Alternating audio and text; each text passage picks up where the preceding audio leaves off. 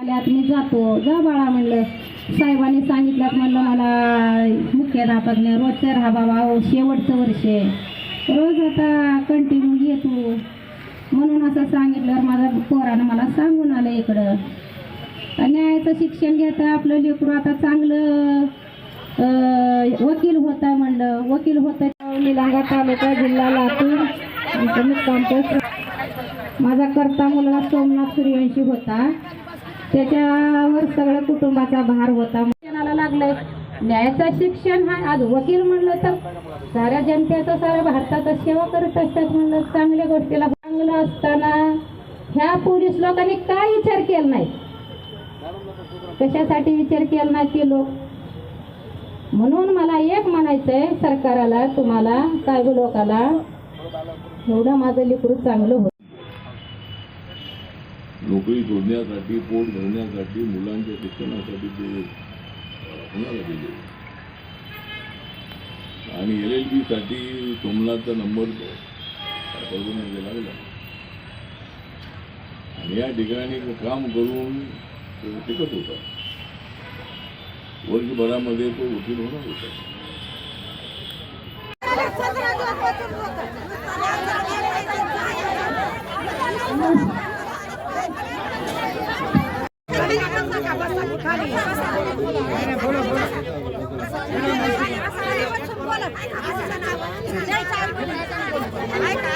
जायचं आहे, नंतर मला औरंगाबाद जायचं आहे, अजून आपल्याला अनेक ठिकाणी जायचं आहे. त्यामुळे आपल्याला भेटण्यासाठी झालेलो आहे.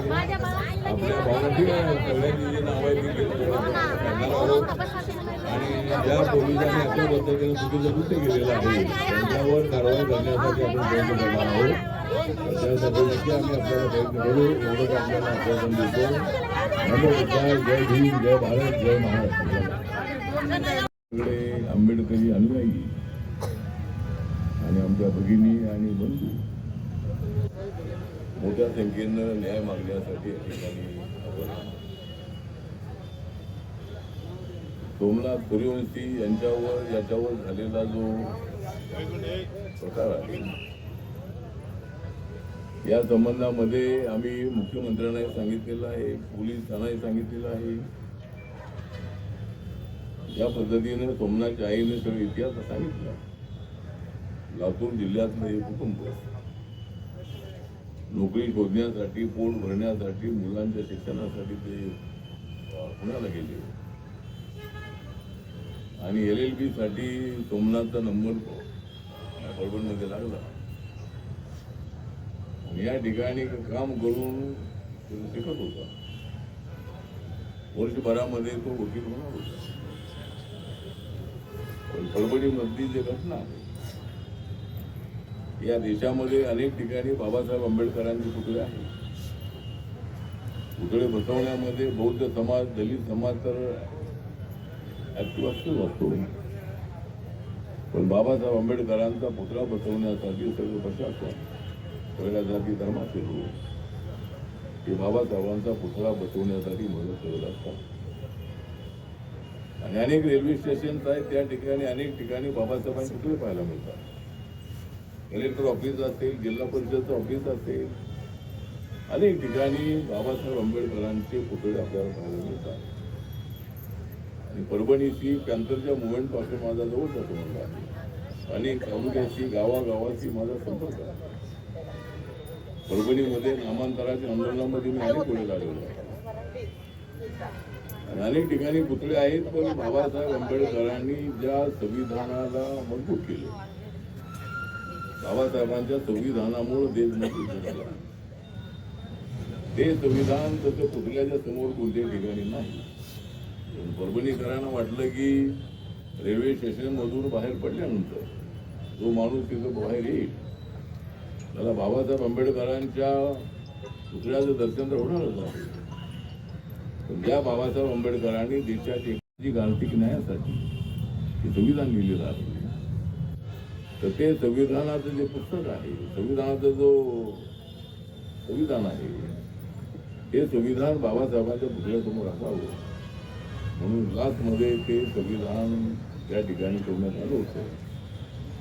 आणि जो काय प्रकार घडलेला आहे ज्याने हा प्रकार केलेला आहे, काल फोडलेला आहे, पोलिसांचा अपमान केलेला आहे, तो मातीपुरू नव्हता.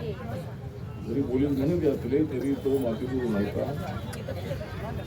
आणि त्यांनी जो घटना त्यांनी अशा पद्धतीने अपमान केल्यानंतर आपला समाज बाबासाहेब आंबेडकरांना मानणारे लोक रस्त्यावर उतरले. काही उलट्या घटना घडल्या. आणि त्यानंतर मी मागच्या आठवड्यामध्ये मी दिल्लीमध्ये आमचं अधिवेशन चालू होतं, त्यावेळेला मी या ठिकाणी गेलो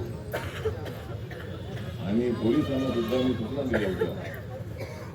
जे 42 लोक पकडलेले आहेत त्यातलं त्यांनी सांगितलं की 10 लोकांना सोडलेलं आहे आणि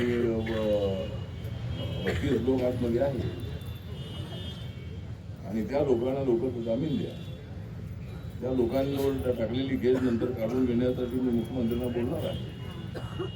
त्यांना कोणाला त्रास देऊ नका, कायदेशीर काय कारवाई असेल ती करा. आणि काय फार मोठ्या हिंसक घटना घडल्या होत्या असं नाही आहे. काही ठिकाणी टायरला आग लावण्यात आली होती, टायर जळाली होती. बाकीच्या काय थोड्या गाड्या कुठं थोड्या फोडलेल्या आहेत, त्या मोटरसायकलीचं नुकसान झालेलं आहे, गोष्ट तरी आहे. या केसेस तुम्ही घ्या, कायदेप्रमाणे कारवाई करा. त्या मुलांना सोडवण्यासाठी आम्ही प्रयत्न करणार आहोत. त्यांना पोलिसांना सांगितलं. पण सोमनाथचा जो प्रकार घडलेला आहे, सोमनाथ हा LLBला शिकणारा विद्यार्थी होता आणि माझी माहिती आहे की सोमनाथ हा तसा आपला वडार समाजाचा जो आहे, वडार समाजाचा असला तरी सुद्धा बाबासाहेबांना जो मानत होता आणि जे आंदोलन झालेलं होतं त्यावेळेला फक्त तो फोटो काढत होता अशी काहीतरी माहिती मला मिळाली. जे आंदोलन होते त्यांचा तो बाहेर येऊन त्यामध्ये फोटो काढत होता आणि पोलिसांनी त्याला बोलवून त्याला पकडलं आणि पकडून त्या ठिकाणी मारहाण झाल्याची माहिती आहे. तरी पोलीस म्हणत असले की त्याला हार्ट अटॅक आला. त्याचं सोमनाथच्या आईने सांगितलं की तो 35 वर्षाचा होता, त्याला अटॅक कसा काय येणार, त्याचा आजारी नव्हता. त्यामुळे पोलिसांनी आपल्या अंगावर येऊ नये म्हणून अशा पद्धतीनं तो अशा हार्ट अटॅकने गेला असं त्यावर म्हणाले. नंतर जी माहिती मिळालेली आहे ती माहिती अशीच आहे की त्याच्या अंगावर मारलेल्या घटना आणि पोलिसांनी लॉकअपमध्ये त्याला मारहाण मोठ्या प्रमाणामध्ये केलेली असावी आणि त्याच्यामध्ये त्याचा मृत्यू झाल्याची माहिती आहे. त्यामुळे ज्या पोलिसांनी अशा पद्धतीचा चुकीचा प्रकार केलेला आहे, कायद्याचं संरक्षण करणाऱ्या पोलिसांनी कायदा हातात घेणं योग्य नाही. पोलीस सुद्धा आपलेच आहेत, आपलेच म्हणजे पोलीस आपल्या समाजाचे अनेक पोलीस आहेत, नोकऱ्या करणारे सगळे पोलीस आहेत. म्हणून काय पोलीस खात्याच्या विरोधात आम्ही नाही, पण केलेल्या घटनेच्या विरोधात आम्ही आहोत. त्याला जी सोमनाथला मारहाण झाली ती मारहाण अशी होणार आणखी होती आणि त्याच्यामध्ये पोस्टमॉर्टमच्या रिपोर्टमध्ये त्याला मारहाण झाल्याच्या त्याच्या अंगावर गुन्हा असल्याची माहिती आहे. त्यामुळे त्या पोलिसांवरती कारवाई झाली पाहिजे अशी आपली मागणी आहे.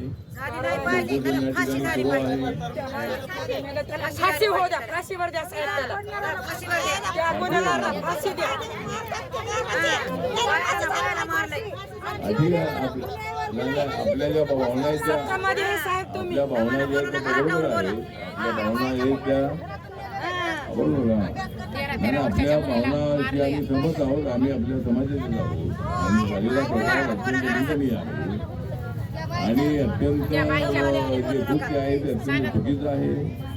त्यामुळं सोमनाथच्या कुटुंबाला न्याय मिळाला पाहिजे, सोमनाथच्या कुटुंबाचं पुनर्वसन झालं पाहिजे, त्यांच्या कुटुंबातल्या एका मुलाला आता भावाला नोकरी मिळाली पाहिजे आणि मॅक्झिमम अशा पद्धतीची शासनाच्या वतीनं आर्थिक मदती मिळाली पाहिजे.